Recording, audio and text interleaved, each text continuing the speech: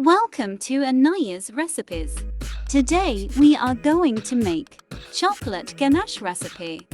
Add a bowl on boil water. Add fresh cream 25 grams.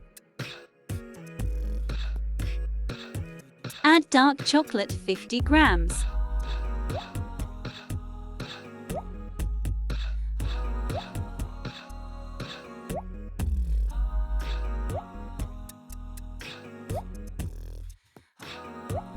Mix it well.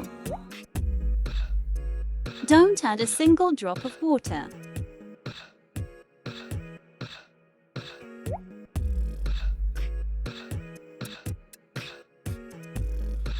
Mix until it's completely melt.